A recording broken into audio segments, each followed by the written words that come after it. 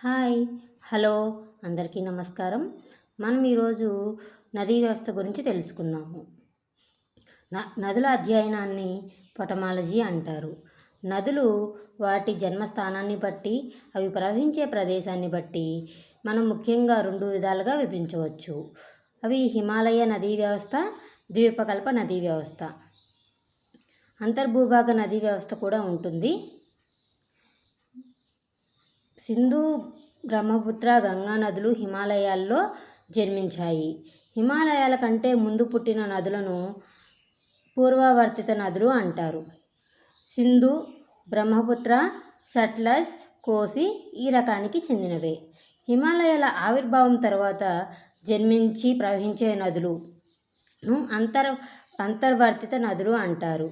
అవి గంగా, చంబల్, బెట్వా, కెన్. హిమాలయాల నదుల వయస్సు ద్వీపకల్ప నదీ వ్యవస్థ కంటే తక్కువగా ఉంటుంది. హిమాలయ నదీ వ్యవస్థ లోతైన, ఇరుకైన వి ఆకారపు లోయల గుండా ప్రవహిస్తాయి కాబట్టి ఇవి నౌకాయానానికి అనుకూలంగా ఉంటాయి. హిమాలయ నదీ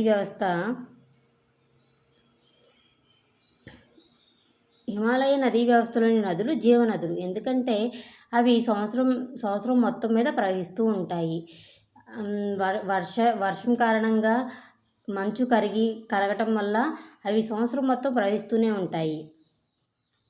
హిమాలయ నదీ వ్యవస్థలో ముఖ్యమైన నదులు సింధు నది, బ్రహ్మపుత్ర నది, గంగా నది. మనం మొదటగా సింధు నది గురించి తెలుసుకుందాము.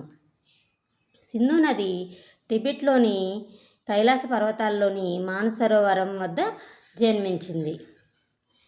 సింధు నది మొత్తం పరివాహక ప్రాంతం 2880 కిలోమీటర్లు. కానీ మన భారతదేశంలో 709 కిలోమీటర్లు మాత్రమే ప్రవహిస్తుంది. ఈ సింధు నది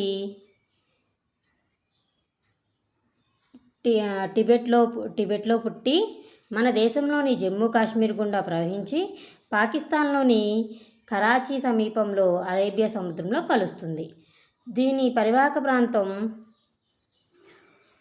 సింధు నది మొత్తం పరివాహక ప్రాంతం 11,65,000 చదరపు కిలోమీటర్లు. అదే మన భారతదేశంలో 3,21,290 చదరపు కిలోమీటర్లు. ఈ సింధు నది మన భారతదేశంలో ఓన్లీ జమ్మూ కాశ్మీర్ గుండా మాత్రమే ప్రవహిస్తుంది. ఇది అరేబియా సముద్రంలో కలిసే అన్ని నదుల్లో కన్నా పెద్ద నది మరియు పొడవైన నది. ఈ సింధు నది లడఖ్, జస్కర్ పర్వత శ్రేణుల గుండా ప్రవహించి సింధు తలబలా వద్ద మైదాన ప్రాంతంలోకి అడుగుపెడుతుంది. సింధు నదికి ఎడమవైపున ఉన్న ఉపనదులు జీలాం, చీనాబ్, రావి, బియాస్, సట్లెజ్. అలాగే కుడివైపున ఉన్న ఉపనదులు గిల్లిట్, షోక్, కాబుల్, హుంజ్, ద్రాస్, సిగర్, గాతాంగ్, స్కర్దు, ఖుర్రామ్, టోచ్, జూబ్, గోయల్. మనం ఈ సింధు నదిలో ముఖ్యంగా మనం నేర్చుకోవాల్సింది ఎడమవైపున ఉన్న ఉపనదుల గురించి. మొదటిగా మనం జీలాం నది గురించి తెలుసుకుందాము. ఈ జీలాం నది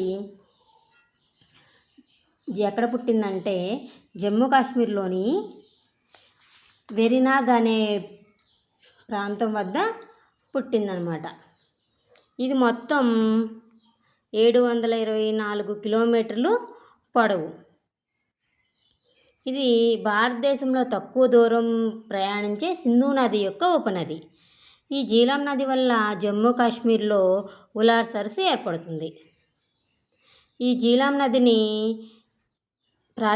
ప్రాచీన భాషలో వితస్తా అంటారు. అదే గ్రీకు భాషలో హైడస్పస్ నదిగా పిలుస్తారు. ఈ జీలాం నది జమ్మూ కాశ్మీర్ గుండా ప్రవహించి కొంచెం దూరం జమ్మూ కాశ్మీర్కి, పాకిస్తాన్కి సరిహద్దుగా ప్రవహించి పాకిస్తాన్లోని ట్రిమ్ము వద్ద చీనాబ్ నదిలో కలిసిపోతుంది. మ్యాప్ పాయింట్లో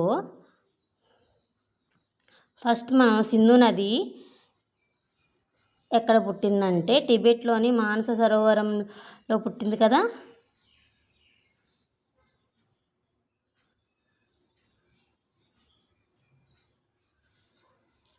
ఇలా ఇక్కడ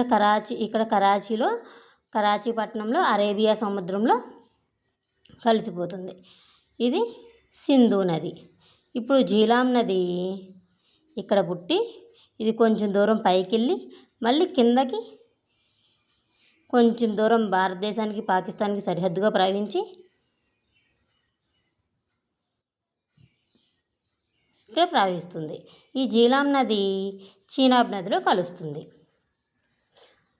చీనాబ్ నది ఎక్కడ పుడుతుందంటే హిమాచల్ ప్రదేశ్లోని బార్లాచల కనుమ వద్ద పుడుతుంది. దీని మొత్తం పొడవు 1180 కిలోమీటర్లు. ఇది ఈ చీనాబ్ నది మైదానంలో కలిసే ప్రాంతం ఆక్నూర్. ఇది హిమాచల్ ప్రదేశ్, జమ్మూ కాశ్మీర్ గుండా ప్రవహించి పాకిస్తాన్లోని పంచనాడ్ వద్ద సట్లెజ్ నదిలో కలుస్తుంది. ఈ నదిని హిమాచల్ ప్రదేశ్లో చంద్రభాగా నదిగా పిలుస్తారు. చంద్రభాగా అనేవి 2 వేరువేరు నదులు. అవి 2 కెలాంగ్ సమీపంలోన టాండి అనే ప్రాంతం వద్ద చంద్రభాగా నదిగా ఫ్లో అవుతాయి కలిసి. ఈ సింధు నది ఉపనదులు అన్నింటికన్నా ఎక్కువ వాటర్ని సింధు నదిలో కలిపేది చీనాబ్ నది. ఈ చీనాబ్ నది ఇక్కడ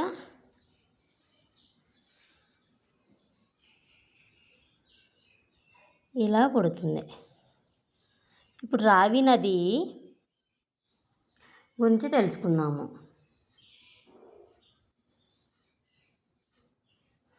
ఈ రావి నది ఇలా ఈ చీనాబ్ నదిలో కలుస్తుంది. ఇక్కడ ఈ రావి నది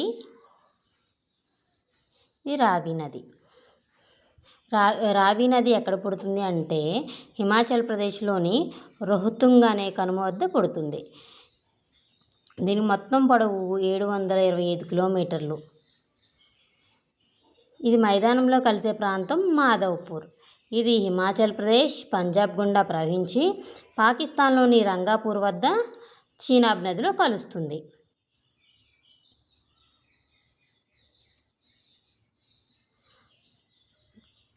దీనికి మారు పేర్లు ఏంటంటే ఐరావతి నది, లాహోర్ నది, బియాస్ నది.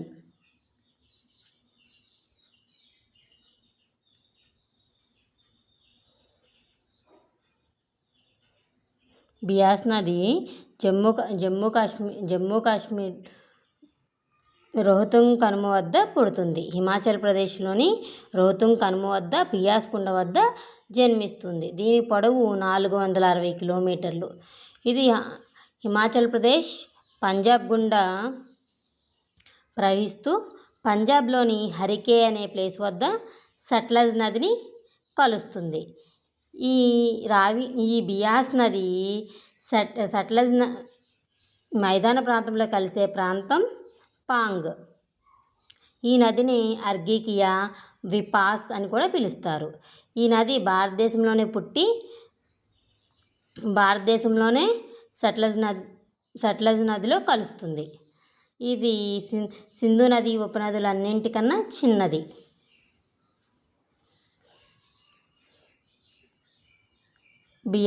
బియాస్ నది. సట్లెజ్ నది టిబెట్లోని మానస సరోవరం దగ్గర రాకాసి సరస్సు వద్ద పుడుతుంది. దీని పొడవు 1450 కిలోమీటర్లు. కానీ భారతదేశంలో 1050 కిలోమీటర్లు అంటే 1050 కిలోమీటర్స్ మాత్రమే ఫ్లో అవుతుంది. ఈ సట్లెజ్ నది టిబెట్లో, మన భారతదేశంలో, పాకిస్తాన్ ఈ 3 దేశాల్లో ప్రవహించే సింధు నది యొక్క ఉపనది సట్లెజ్ నది. ఈ సట్లెజ్ నది పాకిస్తాన్లోని మితాన్కోట్ వద్ద సింధు నదిలో కలుస్తుంది. సట్లెజ్ నది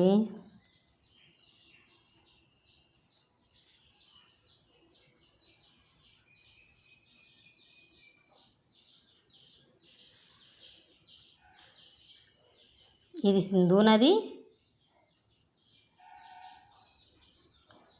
ఇది జీలాం నది, ఇది చీనాబ్, ఇది రావి నది, ఇది బియాస్.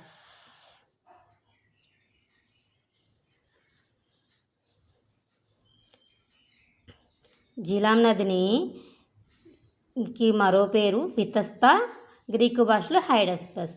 చీనాబ్ నది కి మారు పేరు ఆస్కిని. అలాగే రావి నది పరూషిని, బియాస్ నదికి విపాస్, సట్లెజ్ నదికి మారు పేరు సతుద్రి. జీలాం నది పాకిస్తాన్లోని ట్రిమ్ము అనే ప్లేస్ వద్ద చీనాబ్ నదిలో కలుస్తుంది. చీనాబ్ నది పాకిస్తాన్లోని పంచనాడ్ వద్ద సట్లెజ్ నదిలో కలుస్తుంది. రావి నది పాకిస్తాన్లోని రంగాపూర్ వద్ద చీనాబ్ నదిలో కలుస్తుంది. బియాస్ నది పంజాబ్లోని హరికే వద్ద సట్లెజ్ నదిలో కలుస్తుంది. సట్లెజ్ నది మితాన్కోట్ వద్ద సింధు నదిలో కలుస్తుంది. సింధు నది మైదాన ప్రాంతంలో కలిసే ప్రాంతం రూప్నగర్. టిబెట్లో సింధు నదిని లంగ్చన్ కబాబ్ అని పిలుస్తారు.